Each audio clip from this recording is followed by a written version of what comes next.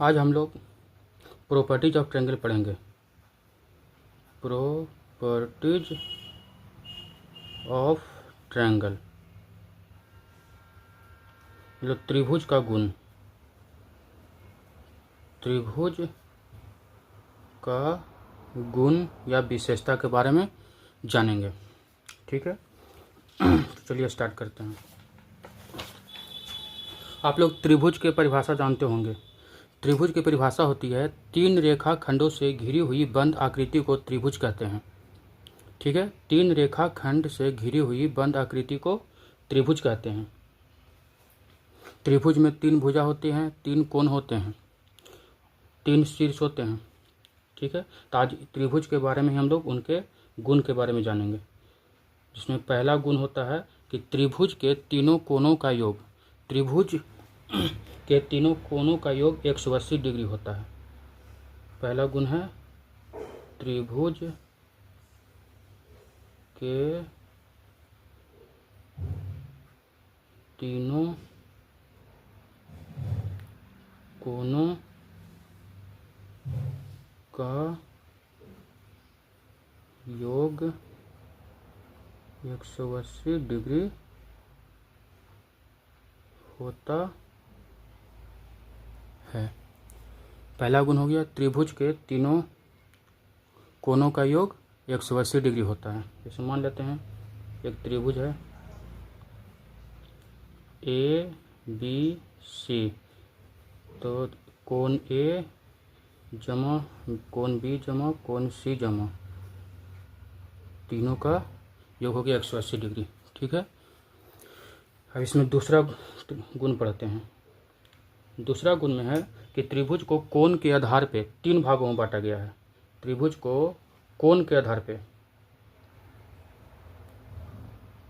कोण के आधार पर त्रिभुज को तीन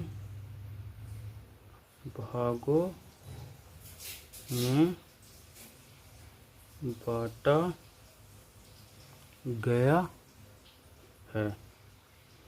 ठीक है, कोण के आधार त्रिभुज को तीन भागों में बांटा गया, जिसमें पहला भाग है न्यून कोण त्रिभुज। न्यून कोण त्रिभुज, इसको इंग्लिश में बोलते हैं acute angle triangle, acute angle triangle. तो न्यून कोण त्रिभुज वैसे त्रिभुज को कहते हैं जिसका तीनों कोण, एक कोण नहीं तीनों कोण 0 डिग्री से बड़ा और 90 डिग्री से छोटा हो। तो न्यून कोण त्रिभुज में लिखेंगे वैसा त्रिभुज, इस त्रिभुज का सिंबल यूज करते हैं, वैसा त्रिभुज जिसका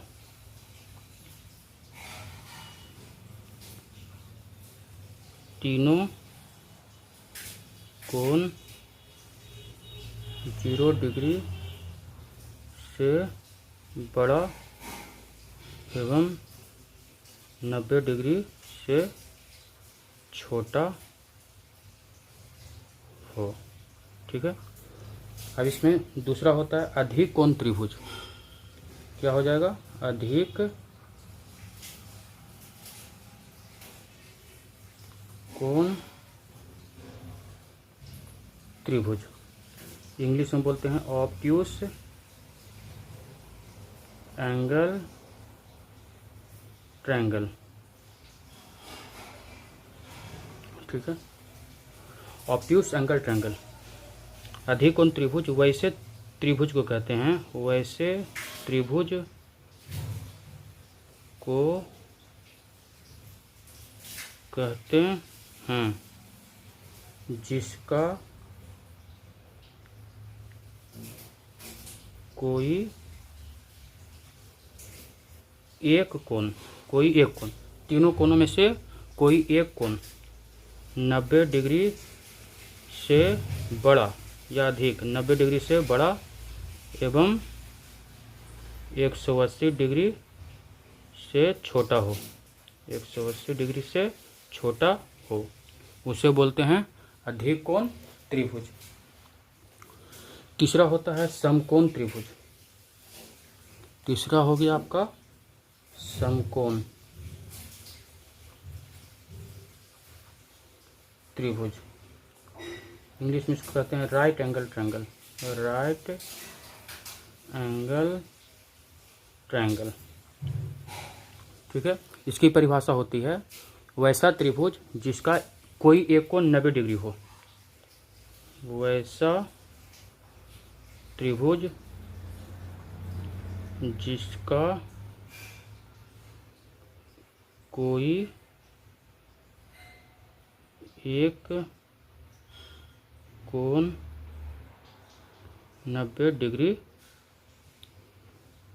हो, ठीक है। तो मतलब कि यहाँ पे देख सकते हैं कि त्रिभुज के कोण के आधार पर त्रिभुज को 3 भागों में बांटा गया। न्यून कोण त्रिभुज, अधिक कोण त्रिभुज और समकोण त्रिभुज। न्यून कोण त्रिभुज एक्यूट एंगल, इसमें स्टूडेंट लोग गलती करते हैं, तीनों कोण बोलना भूल जाते हैं। इसमें तीनों कोण होता है। अगर मान लेते हैं कि एक त्रिभुज लेते हैं DEF, एक त्रिभुज लेंगे DEF, तो तीनों कोण मतलब कि DE और F, तीनों कोण जो है 0 डिग्री से बड़ा और 90 डिग्री से छोटा होना चाहिए। एक कोण नहीं, तीनों कोण। और अधिक कोण त्रिभुज ऑब्ट्यूस एंगल में कोई एक कोण, इसमें है कोई एक कोण जो है 90 डिग्री से बड़ा और 180 डिग्री से छोटा हो। बस इस बात को ध्यान रखना है। चलिए आगे देखते हैं। तीसरा त्रिभुज का तीसरा गुण देखते हैं, 3 नंबर, ठीक है। भुजा के आधार पर त्रिभुज को 3 भागों में बांटा गया। भुजा के आधार पर त्रिभुज को 3 भाग में विभाजित किया जाता है। कोण के आधार पर भी 3 भाग में किया जाता है और भुजा के आधार पर भी। तो भुजा के आधार पर 3 भाग कौन कौन है? पहला समबाहु त्रिभुज, पहला जो होता है समबाहु त्रिभुज, इंग्लिश में बोलते हैं इक्विलेटरल ट्रायंगल। Equilateral triangle. तो समबाहु त्रिभुज वैसे त्रिभुज को कहते हैं जिसका तीनों भुजा बराबर हो अथवा तीनों कोण 60 डिग्री का हो। वैसा त्रिभुज जिसका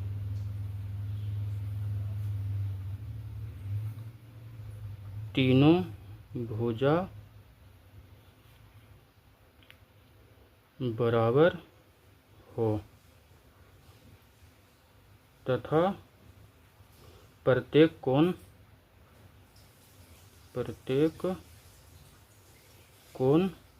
60 डिग्री का हो।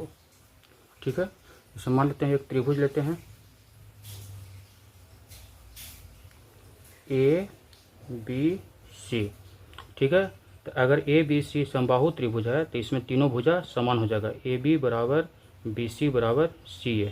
और तीनों कोण B 60 डिग्री, कोण C 60 डिग्री, कोण A 60 डिग्री, तीनों कोण भी आपस में बराबर होंगे ABC और मान हो जाएगा तीनों कोणों का 60 डिग्री। ठीक है, इस बात का ध्यान रखना है।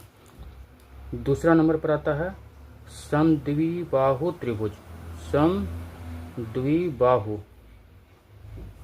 समद्विबाहु त्रिभुज, इसको इंग्लिश में बोला जाता है आइसोसेलेस ट्रायंगल। आइसोसेलेस ट्रायंगल, ठीक है। तो आइसोसेलेस में होता है वैसा त्रिभुज जिसका कोई 2 भुजा बराबर हो, कोई दो भुजा बराबर हो, या इसमें कोई दो कोण बराबर हो, या कोई दो कोण बराबर हो। ठीक है, तो समद्विबाहु त्रिभुज में क्या होगा, दो भुजा बराबर, तो दो भुजा बराबर हो जाएगा तो समद्विबाहु त्रिभुज होगा। या फिर इसी में कोई दो कोण बराबर हो जाए, ये कोण या ये कोण, कोई दो कोण, या फिर ये कोण और ये कोण बराबर हो जाए, कोई दो कोण बराबर हो जाएगा तो समद्विबाहु त्रिभुज हो जाएगा। ठीक है, और तीसरा नंबर पर आता है विषमबाहु त्रिभुज। विषमबाहु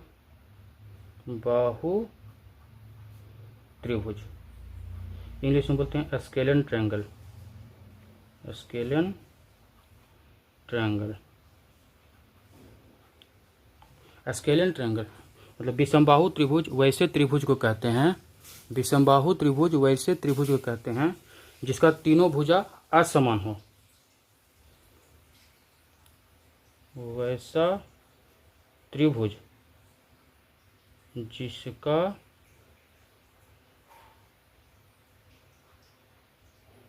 तीनों भुजा एवं कोण भी असमान होगा,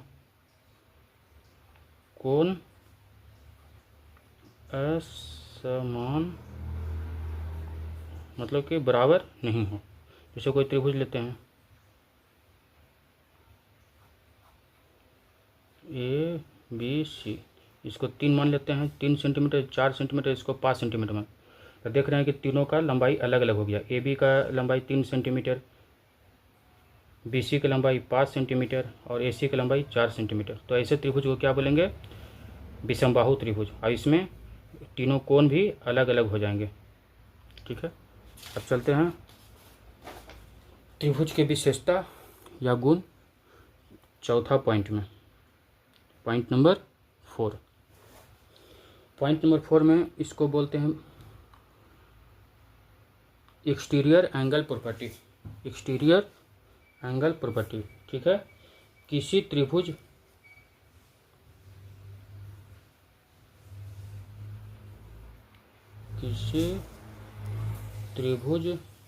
में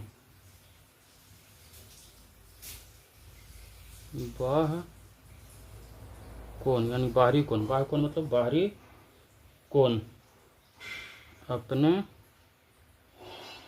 सम्मुख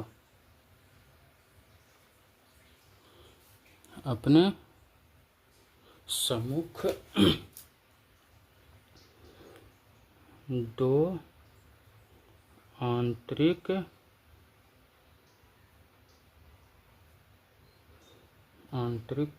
कोणों के योग के बराबर होता है,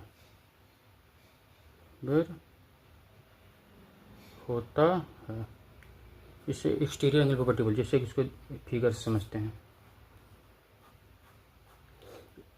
ए बी सी और डी, देखिए इसमें कहा गया है कि बाहरी कोण यानी बाह्य कोण जो है अपने सम्मुख दो आंतरिक कोण, अपने सम्मुख दो आंतरिक कोण हो गया ए और बी, आंतरिक कोणों को योग के बराबर होता है। तो कहने का मतलब हो गया यहाँ पे जो ए सी डी एक्सटीरियर एंगल है, बाहरी कोण है, वह कोण ए और कोण बी के योग के बराबर होगा, कोण ए और कोण बी के योग के बराबर होगा।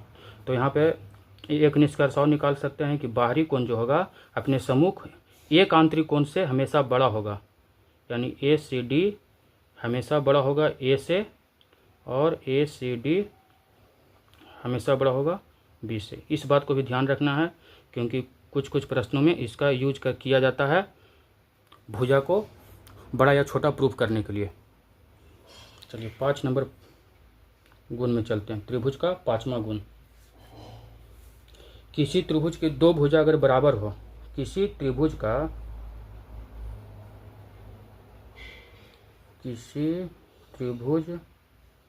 का कोई दो भुजा बराबर हो। किसी त्रिभुज का कोई दो भुजा बराबर हो तो उनके सम्मुख कोण भी बराबर होते हैं। तो उनके सम्मुख या विपरीत भी लिख सकते हैं, सम्मुख को विपरीत ही होता है, सम्मुख या विपरीत कोण बराबर होते हैं। ठीक है, देखिए इसको फिगर समझते हैं, अच्छी तरह समझ में आएगा। एक त्रिभुज लेते हैं ए बी सी। ठीक है, एक त्रिभुज लिए ए बी सी, इसमें दिया हुआ है कि कोई दो भुजा बराबर है। दो भुजा बराबर मान लेते हैं कि ए बी बराबर ए सी है। इस त्रिभुज में ए बी बराबर ए सी दिया हुआ है, यानी गिवन है। तो बोल रहा है कि इनके सम्मुख कोण भी बराबर होगा। तो ए बी का सम्मुख कोण कौन सा है? भुजा ए बी का, जो भुजा ए बी है इसका सम्मुख कोण कौन सा है? सी। और ए सी का सम्मुख कोण कौन सा है? ये जो भुजा ए सी है इसका सम्मुख कोण कौन सा है? इसके सामने वाला भुजा कोण देखिए बी। तो इस गुण में ही बताया गया है कि अगर भुजा बराबर है तो उनके सम्मुख कोण भी बराबर हो जाएंगे, उनके सम्मुख कोण भी बराबर हो जाएंगे। यहाँ पे तो ए बी बराबर ए सी लेंगे। अगर मान लेते हैं बी सी बराबर, अगर इसी में अगर हम कर देते हैं कि बी सी बराबर ए सी है, बी सी बराबर ए सी है, ये भुजा और ये भुजा बराबर है, तो बी सी के सामने वाला कोण कौन सा है? ए। तो कोण ए बराबर हो जाएगा। और ए सी के सामने वाला भुजा कौन सा है? बी। तो ए बराबर बी भी हो जाएगा। ठीक है, इस बात को ध्यान में रखना है। चलिए अब चलते हैं गुण नंबर 4। गुण नंबर 4 आपका इसी का विलोम है। क्या विलोम है? यहाँ पे दिया हुआ था कि भुजा बराबर हो तो उनके सम्मुख या विपरीत कोण बराबर है। अगर किसी त्रिभुज का कोण बराबर है तो उनके सम्मुख भुजा बराबर होंगे। त्रिभुज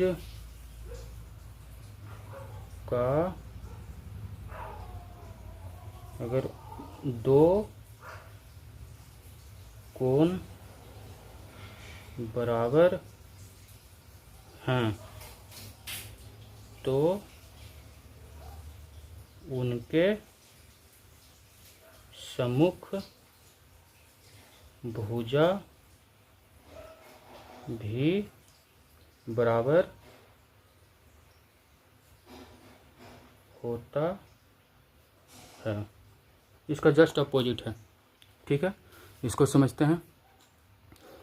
जैसे कि इसमें एक त्रिभुज लेते हैं ए बी सी, त्रिभुज लेते हैं ए बी सी। इसे मान लेते हैं कि दो कोण बराबर है, तो बी और सी को मान लेते हैं, बी और सी कोण को बराबर मान लेते हैं। बी और सी बराबर है, दिया हुआ है, गिवन है। तो बी के सामने भुजा कौन सा? ए सी। देखिए बी के सामने भुजा कौन सा? ए सी। और सी के सामने वाला भुजा कौन सा? सम्मुख भुजा कौन सा? A B. तो ये दोनों भुजा भी बराबर हो जाएंगे। इस गुण में यही बताया गया है। ठीक है, चलिए आगे चलते हैं। गुण नंबर 6 तक हो गया है। चलिए अब 7 नंबर देखते हैं। 7 नंबर में क्या कहा गया है? 7 नंबर में किसी त्रिभुज में, अब देखिए उसी जो 5 और 6 है उसी का एक दूसरा रूप है। किसी त्रिभुज में बड़े कोण के सामने वाली भुजा ही बड़ी होती है। त्रिभुज में बड़े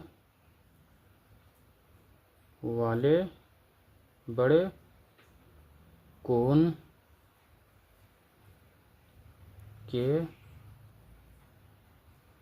सामने की भुजा बड़ी होती है। इसमें बोला गया है कि किसी त्रिभुज में अगर कोई एक कोण दिया हुआ है कि बड़ा है, देखिए लेते हैं एक त्रिभुज ए बी सी। इसे मान लेते हैं कि बी बड़ा है, कोण बी बड़ा है कोण सी से, कोण बी बड़ा है कोण सी से, ये दिया हुआ है।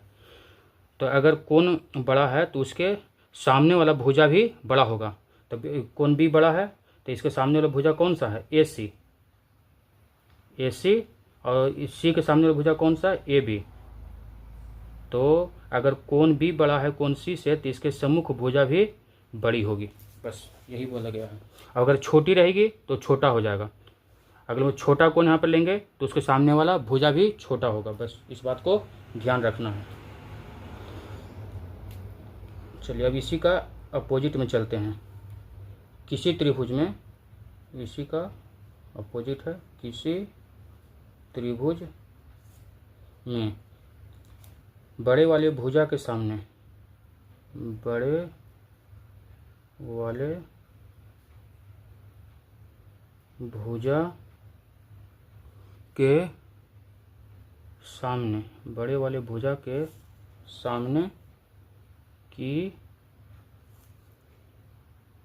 कोण बड़ा होता है, बड़ा होता है। देखिए इसमें क्या था कि बड़ा कोण के सामने बड़ा वाला भुजा, अब यहाँ पे बड़ा भुजा है तो उसके सामने वाला बड़ा कोण होगा। एक त्रिभुज ले लेते हैं ए बी सी, ठीक है। इसमें मान लेते हैं कोई भुजा है ए सी, ए सी बड़ा है ए बी से, ए सी बड़ा है ए बी से, तो ए सी के सामने वाला कोण कौन सा है, बी, तो कोण बी बड़ा हो जाएगा, और ए बी के सामने वाला भुजा सी, तो कोण सी से बड़ा हो जाएगा बी। बस इसी का अपोजिट है। चलिए आगे बढ़ते हैं त्रिभुज के गुण में 9 नंबर में। अगर किसी त्रिभुज का दो भुजाओं का योग हमेशा तीसरी भुजा से बड़ा होता है। किसी त्रिभुज में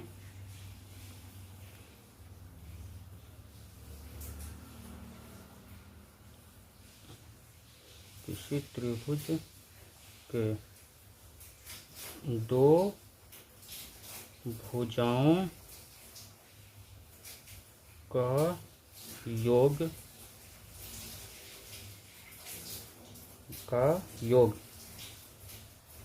तीसरा भुजा से हमेशा बड़ा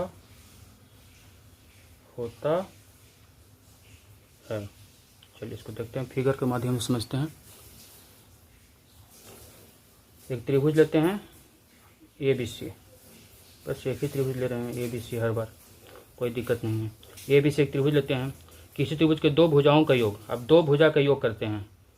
मान लेते हैं कि A B plus A C, A B लिए और ए सी लिए, तो ये दोनों का योग जो तीसरा भुजा बच गया उससे हमेशा बड़ा होगा।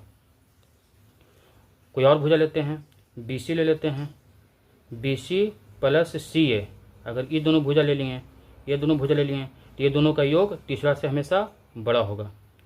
कोई और भुजा ले सकते हैं, ए सी और ए बी तो ले चुके हैं, ये दोनों ले लेते हैं ए बी और A C, A B A C, A B और बी सी ले लेते हैं, ए बी और बी सी ले लेते हैं। ए बी और बी सी लिए तो यह ए सी से हमेशा बड़ा हो जाएगा। तो इसमें याद रखना है कि दो भुजा का योग तीसरा से बड़ा होता है। चलिए अब आगे चलते हैं। गुण हम लोग पढ़ रहे हैं, त्रिभुज के गुण। अब एक योग तो हम लोग देख लिए कि दो भुजाओं का योग तीसरा से बड़ा होता है। अंतर भी देख लेते हैं। अंतर हमेशा छोटा होगा। अंतर हमेशा, किसी त्रिभुज के दो भुजाओं का अंतर, किसी त्रिभुज के दो भुजाओं का अंतर, दो भुजाओं का अंतर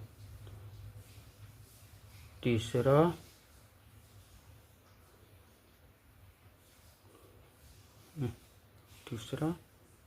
भुजा से कम या छोटा होता है, कम होता है। चलिए इसको समझते हैं। एक त्रिभुज लेते हैं DEF, DEF, एक त्रिभुज हमने लिया DEF, ठीक है।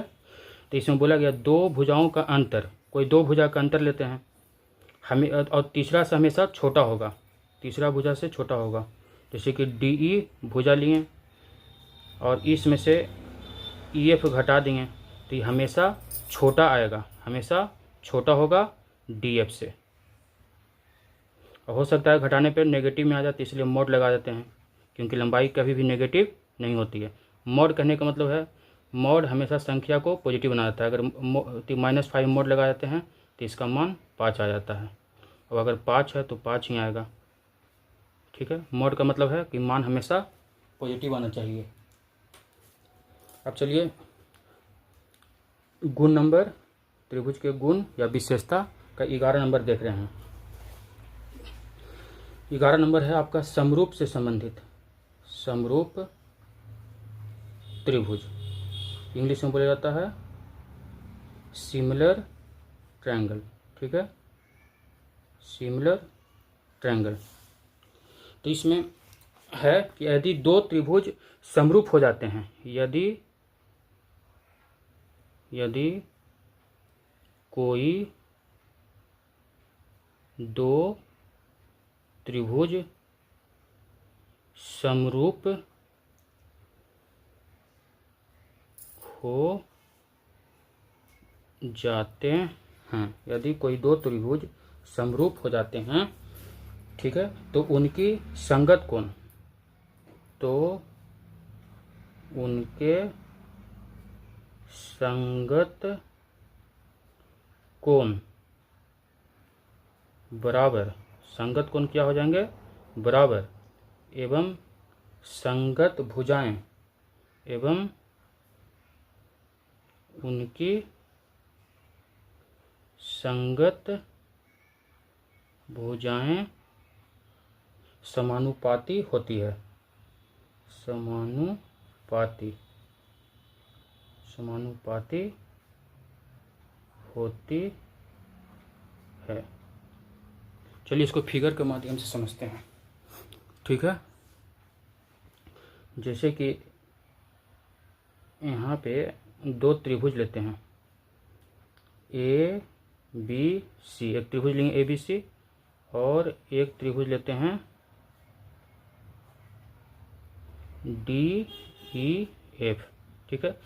तो यहाँ पे कहा गया है कि दो त्रिभुज समरूप हों, ये दोनों त्रिभुज क्या है, समरूप हो गए, यानी सिमिलर हो गए, ये दोनों त्रिभुज सिमिलर हो गए, यानी त्रिभुज ABC समरूप हो गए DEF, ठीक है। अगर ये दोनों त्रिभुज समरूप हैं तो इनके संगत कोण, संगत कोण कहने का मतलब अपने क्रम में A 1 के बराबर, B के बराबर और C के बराबर।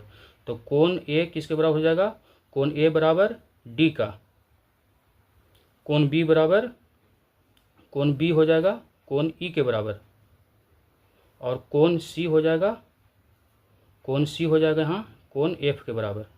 तो उनके संगत कोण बराबर होते हैं और उनकी संगत भुजाएं समानुपाती होती है, संगत भुजाएं समानुपाती हो जाएगी।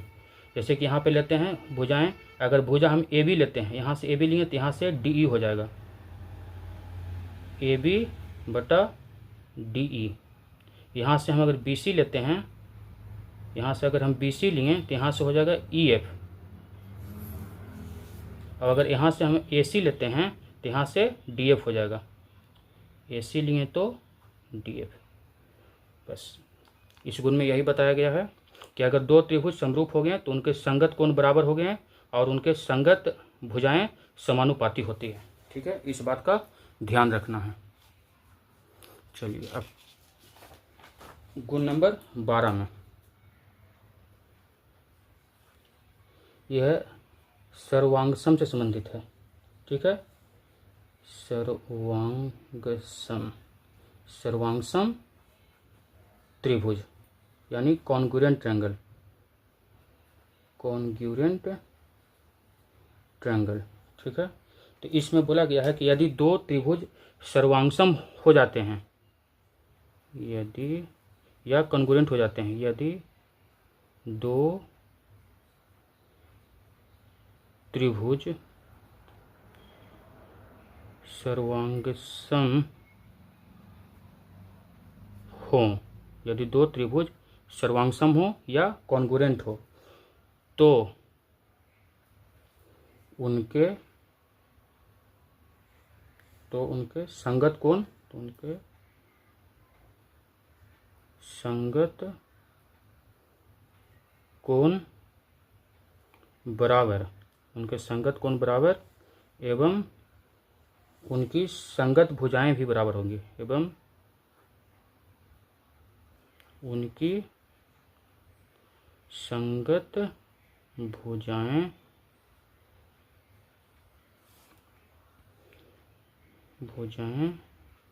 भी बराबर होती है। ठीक है, इसको डायग्राम के माध्यम से समझते हैं। कोई दो त्रिभुज लेते हैं, ए बी सी, और एक और त्रिभुज लेते हैं डी ई एफ। ये दोनों त्रिभुज कॉन्ग्रुएंट दिया हुआ है, सर्वांगसम दिया हुआ है। ठीक है, मतलब त्रिभुज ए बी सी सर्वांगसम त्रिभुज डी ई एफ है। तो अगर दोनों त्रिभुज कॉन्ग्रुएंट है, सर्वांगसम है, तो उनके संगत कोण बराबर, यानी ए बराबर ए का कोण ए बराबर कोण डी, कोण बी बराबर कोण ई, कोण बी बराबर कोण ई, और कोण सी बराबर कोण एफ। ठीक है, कोण एफ, संगत कोण बराबर होंगे और उनकी संगत भुजाएं बराबर होती है। देखिए समरूप में क्या होती है, समरूप में होते हैं कि संगत भुजा समानुपाती होती है, मतलब रेशियो में होते हैं, लेकिन इसमें कॉन्ग्रुएंट में सर्वांगसम में बराबर होती है। तो यहाँ पे क्या हो जाएगा, अगर भुजा ए बी हम लेते हैं तो भुजा ए बी बराबर हो जाएगा डी ई का, और बी सी, यहाँ से अगर बी सी लेते हैं तो यहाँ से हो जाएगा ई एफ, बी सी भुजा बराबर हो जाएगा ई एफ का, और ए सी बराबर हो जाएगा यहाँ पे ए सी बराबर हो जाएगा डी एफ। बस इतना ध्यान रखना है। ठीक है, अब इसको हम लोग कॉन्ग्रुएंट करने का 4 मेथड है, आप लोग जानते होंगे। पहला मेथड है एस एस एस, यानी भुजा भुजा भुजा। दूसरा है ए से एस। तीसरा हो जाएगा ए एस ए, यानी कोण भुजा कोण। और चौथा है आर एच एस। इन 4 कसौटियों के द्वारा हम लोग दो त्रिभुज को सर्वांगसम करते हैं। आर एच एस का मतलब हो गया राइट एंगल हाइपोटेनस साइड। ठीक है, तो कॉन्ग्रुएंट करने का 4 मेथड हो गया, एस एस एस भुजा भुजा भुजा से, या भुजा कोण भुजा से, या फिर कोण भुजा कोण से, या फिर आर एच एस से। ये चारों थे मेथड के द्वारा या विधि के द्वारा हम लोग किसी दो त्रिभुज को कॉन्ग्रुएंट सिद्ध करते हैं। और अगर सिमिलर की बात करें तो सिमिलर वाला में भी हम लोग 3 नियम को अपनाते हैं। पहला हो जाता है, अगर सिमिलर में देखें, सिमिलर वाला में छूट गया था, इसको भी देख लेते हैं। सिमिलर में हम लोग करते हैं एंगल एंगल एंगल से, पहला हो गया। दूसरा हो जाएगा साइड साइड साइड, यानी भुजा भुजा भुजा से। और तीसरा हो जाएगा एस ए एस से, यानी भुजा कोण भुजा से। इन 3 कसौटियों के द्वारा हम लोग किसी दो त्रिभुज को समरूप करते हैं।